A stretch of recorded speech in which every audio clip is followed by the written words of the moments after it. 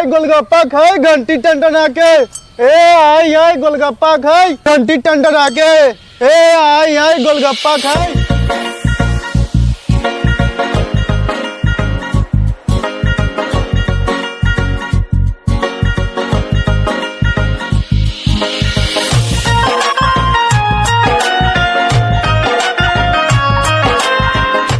आई गोलगप्पा खाइए। आई गोलगप्पा खाई।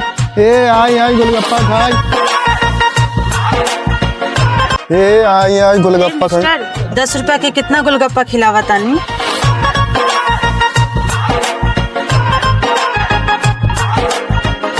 हाँ बोला कयो खा के बर्तन तना के। तू जितना खिलाइब हम उतना खा लेम टनटना के। सुना ना, जितना पैसा देब उतने खिलाइब छुछा के। तू चुपे रह। तोरा जैसन कितना लड़का के हम मुंबई में धूल चटा दीने छूछा के।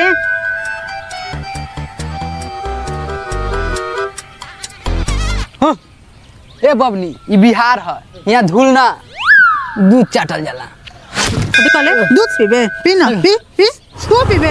पी ना, पी। ना हमके नहीं पिए के दूध। हम खिलावा तानी गोलगप्पा। ए हो भौजी के बहन, काहे गरमराल बारू है लइका पर? चलो गोली लेके आ गइल बानी। आ गए हमर दीदी के दुलड़ुआ देवर। उ तनका एकर सबके भूत झाड़त रही। काहे कि ई सब कहत रहे कि ई बिहार है, अहिजा धूल ना दूध चाटल जाला।